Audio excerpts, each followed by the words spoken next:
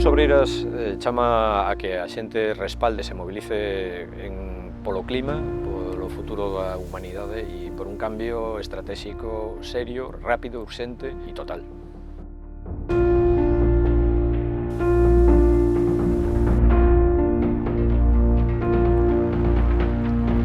A demostración que estamos a ver do cambio climático estános a decir que temos que parar.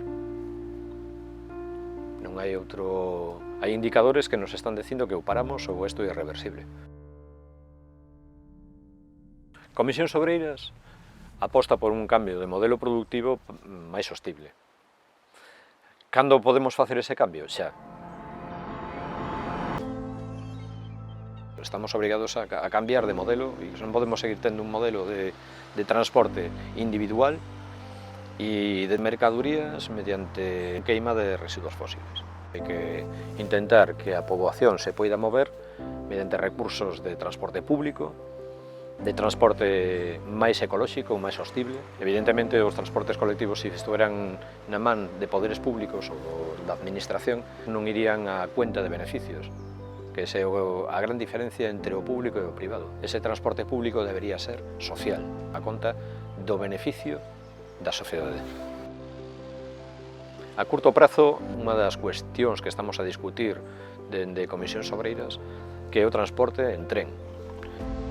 E, ademais, incluso o gran problema, o transporte de cercanías. Está a desaparecer e, entón, a poboación, se non ten ese sistema público ou masivo de transporte, ten que utilizar outros sistemas que son máis contaminantes e son insostibles no tempo.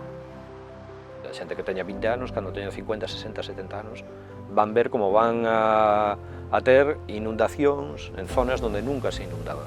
Os incendios van a ser cada vez máis voraces, os tempos de sequía van a ser máis largos, vamos a ter máis incendios, vamos a ter incendios máis violentos. Se non imprimimos un traballo de prevención, non poderemos vencer o dragón do lume. A prevención de incendios é a base para que non sexa un monstro que devore todos os cartos que lle poida botar encima unha administración pública. A presencia de especies que nunca había aquí, que xa o estamos vendo, sobre todo a globalización, están nos traendo especies que están sendo realmente problemáticas. A privatización da auga que se está dando non é aceptable tampouco.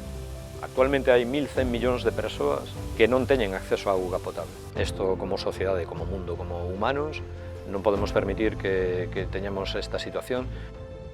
Nos apostamos por unha transición xusta en donde non sexa a clase traballadora que teña que pagar os patos de todas as consecuencias de anos atrás.